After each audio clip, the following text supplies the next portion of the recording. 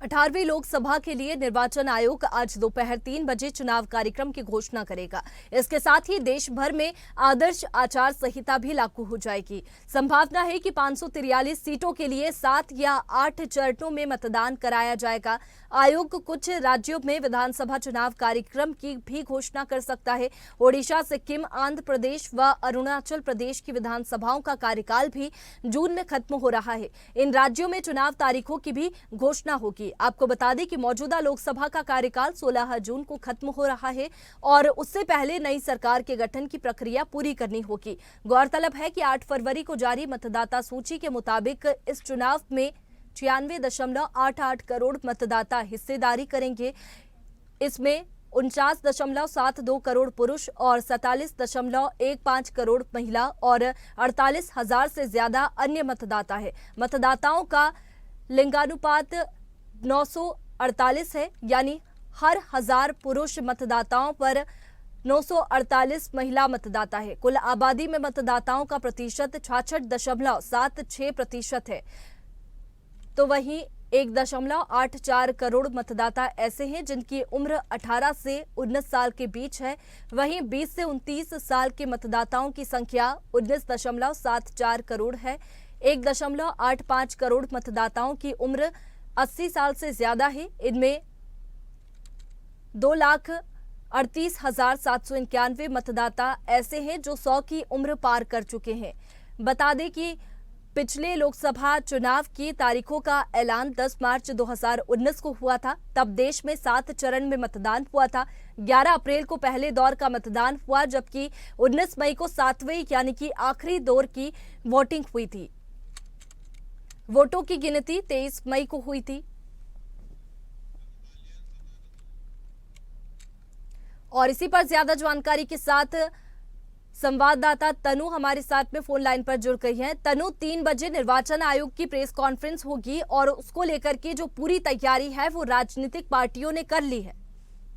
जी बिल्कुल वैष्णवी, मैं आपको बता दूं कि आज बेहद ही महत्वपूर्ण दिन है। 2024 लोकसभा चुनाव की जो तारीख है उसकी आज घोषणा हो जाएगी और दिल्ली के विज्ञान भवन में करीब 3 बजे जो चुनाव आयुक्त है वो प्रेस कॉन्फ्रेंस करेगा। वहीं लोकसभा के साथ जो 4 राज्य है, आंध्र प्रदेश, उड़ीसा, अरुणाचल प्रदेश, सिक्किम और विधानसभा चुनावों की जो है वो आज तारीखें जो है वो भी तय होगी। वहीं लोकसभा की जो 443 सीटों पर 7 फेज में वोटिंग हो सकती है वैष्णवी। 15 से 18 अप्रैल के बीच जो है वो पहले फेज के लिए, जबकि आखिरी फेज में 19 मई को वोटिंग हो सकती है। वहीं अगर मैं रिजल्ट की बात करूं तो हो सकता है कि 23 मई को रिजल्ट जो है वो भी संभव है। वहीं चुनाव आयोग ने लोकसभा और 4 विधानसभा चुनावों के लिए 3.4 लाख केंद्रीय बलों की मांग की है।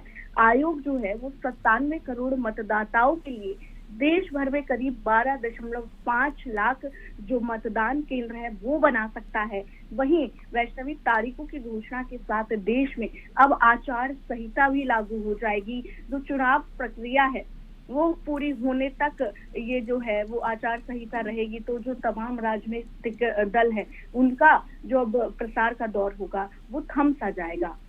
बिल्कुल तनु, यहाँ पर बात करें तो तारीखों के ऐलान के बाद से ही आचार संहिता लग जाएगी और इसको लेकर तमाम जो राजनीतिक पार्टियां हैं वो एक्टिव मोड में हैं और लगातार लोकार्पण, भूमि पूजन, जो भी सौगातें देनी है लोगों को वो लगातार दी जा रही है। जी बिल्कुल वैष्णवी, हम देख रहे हैं कि बीते दिनों जो हर एक राजनीतिक पार्टी है, चाहे वो सत्ताधार पार्टी हो या विपक्ष हो, वो लोगों को लुभाने में लगे हुए हैं। अगर मैं दिल्ली की बात करूं तो केजरीवाल की जो सरकार है, अभी हमने देखा कि जिस दिन विमेंस डे था तो महिलाओं को सौगात क्या कहते हैं दी गई। नरेंद्र मोदी ने भी वही सौगात दी महिलाओं को, सिलेंडर के दाम कम कर दिए, अभी पेट्रोल के जो दाम है वो भी कम हो गए। तो लगातार जो है वो दौर जारी है। कहीं लोकार्पण हो रहा है, कहीं जो है वो सुविधाएं दी जा रही है ताकि लोग जो है उनको ज्यादा से ज्यादा वोट करें। तो अब जो आज है वो तारीखों का ऐलान हो जाएगा और उसके बाद फिर सारा जो जनता के पास होगा कि जनता किसे अपना जो है वो इस बार जीत दिलाती है और किसे अपना नेता चुनती है, क्योंकि लगातार हम देख रहे हैं कि दिल्ली में जो है वो अब गठबंधन भी हो गया है आम आदमी पार्टी का और कांग्रेस का, और वहीं जो बीजेपी है वो अब अकेली वहां पे उतरी है। तो ऐसे में ये बड़ा देखना दिलचस्प होगा दिल्ली में भी कि क्या इस बार जो गठबंधन है उसका जलवा बरकरार रहेगा या फिर बीजेपी एक बार फिर से परचम लहराती हुई यहाँ पर नजर आएगी। बिल्कुल तनु, यहाँ पर लोकसभा चुनाव की तारीखों का ऐलान आज होगा और इसको लेकर के 3 बजे प्रेस कॉन्फ्रेंस होगी और ये भी कयास लगाए जा रहे हैं कि 7 फेज में जो वोटिंग होगी वो हो सकती है। जी जी बिल्कुल बिल्कुल वैष्णवी, मैं आपको बता दूं कि 7 फेजिंग में आज जो है वो वोटिंग होगी, ऐसा ऐलान हो सकता है 453 सीटों पर।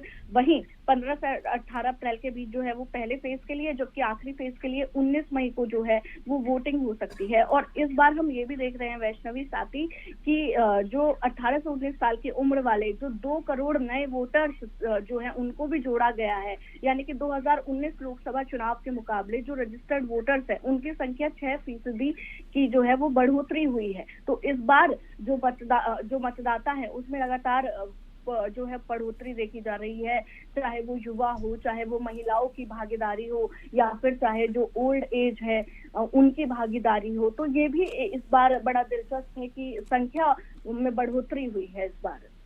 चलिए तनु, शुक्रिया आपका तमाम जानकारी के लिए।